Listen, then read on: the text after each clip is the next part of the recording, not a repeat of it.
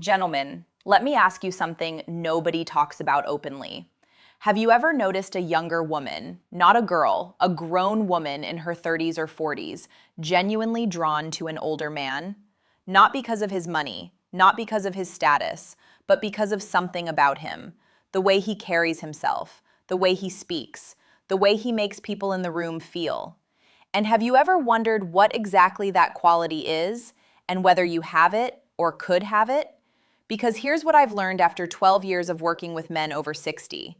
The men who attract people, not just women, but respect from everyone around them, are not the ones desperately trying to seem younger. They're the ones who have fully become themselves. And that is one of the most magnetic things a human being can be. Today I'm going to give you 5 specific things those men do. Not 5 things to fake, 5 things to build. And by the end of this video, you're going to see yourself differently. I'm Dr. Jocelyn Carter, a urologist with 12 years of experience helping men over 60 reclaim their vitality, strength, and confidence. I've worked with thousands of men who thought their best days were behind them, men who had quietly stopped investing in themselves, stopped feeling desirable, stopped believing they had anything left to offer beyond their history. I'm here to tell you that belief is wrong, and the science backs me up. Before we go further, hit that like button and drop a comment telling me where you're watching from. I read every single one, and you'd be amazed how many men just like you are watching from every corner of the world.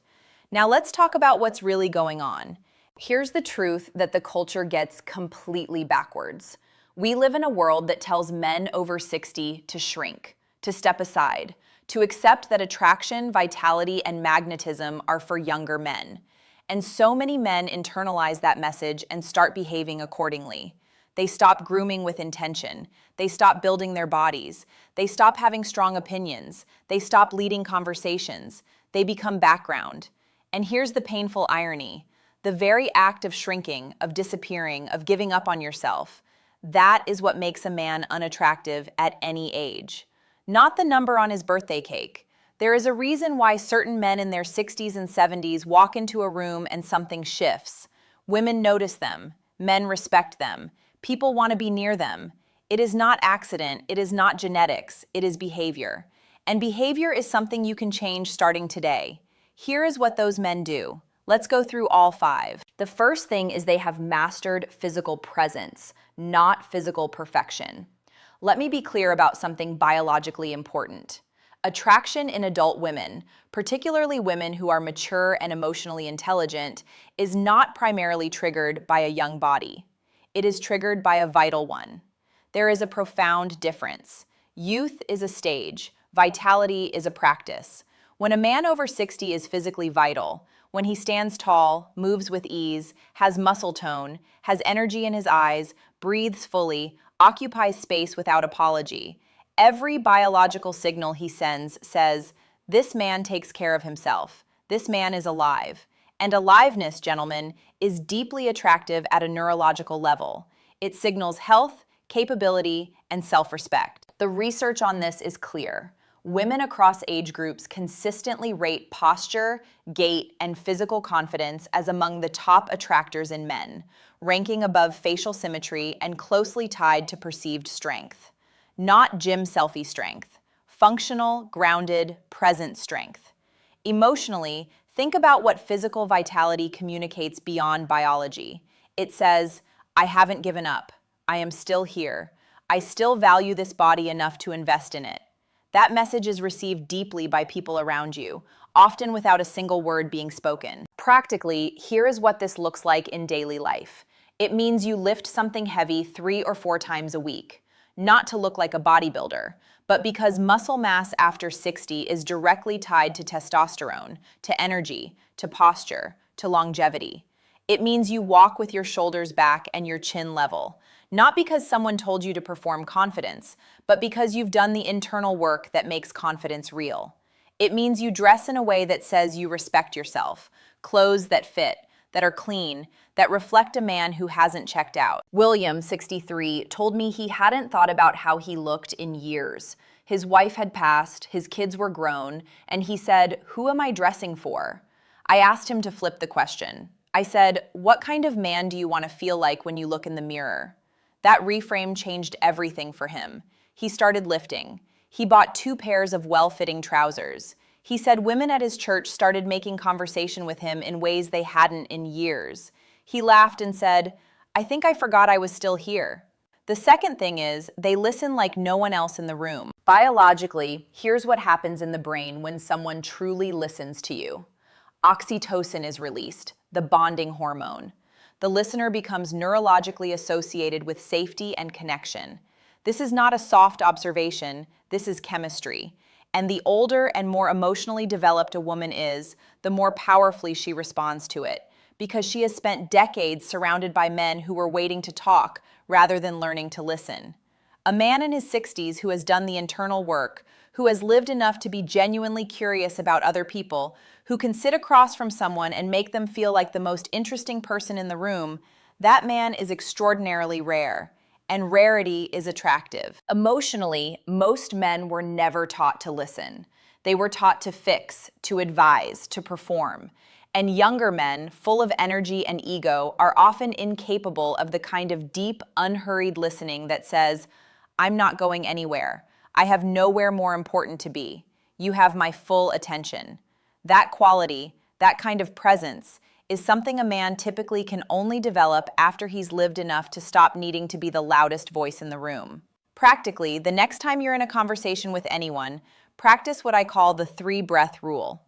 Before you respond, take 3 internal beats, not to perform patience, to actually absorb what was just said. Ask one follow-up question before you offer your own perspective. Watch what happens to the quality of your conversations. Watch how people begin to seek you out. The third thing is they have a clear sense of purpose, and it shows. There is nothing more magnetic than a man who knows what he's for. Not what he used to be for, not what he retired from, what he is actively building, contributing, or pursuing right now. Biologically, purpose is not just a philosophical concept, it is a hormonal one. Men with a clear sense of direction and meaning have measurably higher testosterone levels, lower cortisol, better cardiovascular function, and sharper cognitive performance than men who are drifting. Your body responds to purpose as a physical signal. When you are oriented towards something that matters to you, your entire biochemistry shifts toward vitality. And here's the emotional reality. A man without purpose gives off a quiet but unmistakable signal. He is available without cost.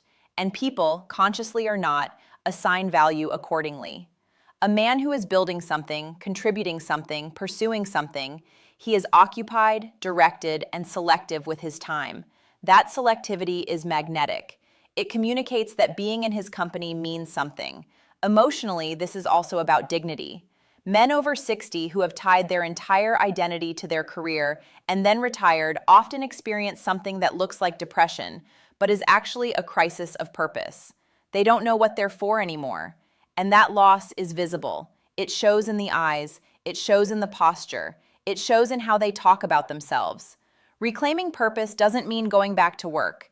It means finding what lights you up and letting it occupy you. Practically, what is the thing that when you talk about it, your voice changes? It might be woodworking. It might be mentoring young men in your community. It might be writing the book you've been putting off for 15 years. It might be getting seriously fit for the first time in your life. Whatever it is, pursue it like it matters, because it does. And the men who do this become extraordinary to be around. James, 67, had retired from a successful engineering career and told me he felt invisible. His words. He said, "I spent 35 years being the most important person in the room. Now I walk in somewhere and nobody even notices me." We talked for a while about what had always interested him outside of work. He mentioned, almost apologetically, that he'd always wanted to restore vintage motorcycles. I told him to start that week. 8 months later, he came back for a follow-up and was practically a different person. He had a workshop. He had a community. He had a waiting list of people who wanted bikes restored. He said, "I had a date last week for the first time in 6 years. She asked me to show her the workshop." Purpose is not a metaphor, gentlemen. It is medicine. The fourth thing is they have done the emotional work, and they are not afraid of depth. This one surprises men when I bring it up, but hear me out because this may be the most important one on the list. Emotionally mature women, and I'm talking about the kind of woman a man over 60 would genuinely want in his life, are not attracted to emotional unavailability. They have already done that. They have already been with the man who couldn't talk about anything real, who went cold under pressure, who mistook silence for strength. They are done with that chapter. What they find profoundly attractive is a man who has been through difficulty, loss, failure, hardship, and has integrated it, not suppressed it, not performed toughness over it, actually metabolized it, who can talk about what he's been through with honesty and without bitterness, who can be moved by things, who can say, "That was hard and it changed me and I'm better for it." Biologically, emotional regulation, the capacity to feel something difficult without being destroyed by it or shutting down, is processed in the prefrontal cortex.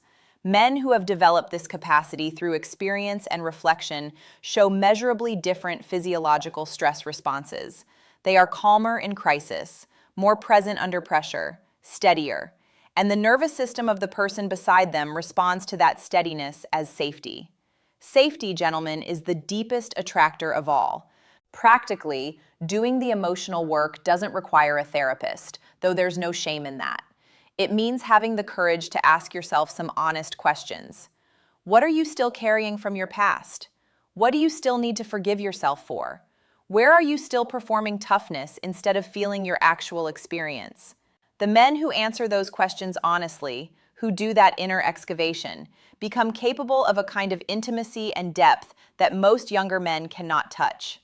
The fifth thing is they make people feel good about themselves. This is the simplest one, and it might be the most powerful. Biologically, when someone makes us feel genuinely seen, valued, and appreciated, our brains release dopamine and serotonin in combination. We don't just feel good in that moment, we associate that feeling with the person who created it. Over time, we want to be near them. We seek them out. We trust them. A man who gives sincere, specific compliments, who remembers details about people's lives and asks about them, who acknowledges effort and courage in the people around him, who expresses appreciation without agenda. That man becomes someone people are drawn to almost without understanding why. Emotionally, after 60, you have the perspective to see people clearly. You have watched enough of life to know that the woman managing the front desk has a harder job than it looks, that the young man at the gym is probably fighting something you can't see, that most people are doing their best with what they have. That perspective, that grace, is something only life experience gives you. And when you express it, when you let people feel that you see them, you give them something most people never receive. Practically today, before this video ends, think of 2 people you're going to see in the next 24 hours. Think of one genuine, specific thing about each of them that you respect or appreciate, and say it out loud. Not a generic compliment, a specific one. I've noticed how patient you are with people. The way you handled that situation last week took real courage. Specific, true, unsolicited. Watch the response. Here is your action plan. Step 1, invest in your physical vitality this week. Stand taller. Move your body with intention. Dress like a man who hasn't given up. Step 2, practice the 3-breath listening rule in your next 3 conversations. Step 3, identify your purpose, the thing that occupies you with joy, and take 1 concrete step toward it today. That's where you start. Gentlemen, if you've been feeling invisible, overlooked, or past your prime, I want to say this to you clearly and without any softness around it. You are wrong about yourself. The most attractive version of you is not behind you. It is ahead of you. It requires nothing more than the decision to stop shrinking and start building. The men I've watched make this decision in their 60s have gone on to have some of the richest, most vibrant chapters of their lives. Not in spite of their age, because of it. Like this video if it landed for you. Leave a comment with which of the 5 things you're going to work on first. I genuinely want to know. Share this with a man in your life who needs to hear it. And subscribe for weekly tools designed specifically for men who are not done yet. I'm Dr. Emily Carter, reminding you that after 50, vitality isn't lost. It's waiting to be awakened. Take care, and I'll see you in the next one.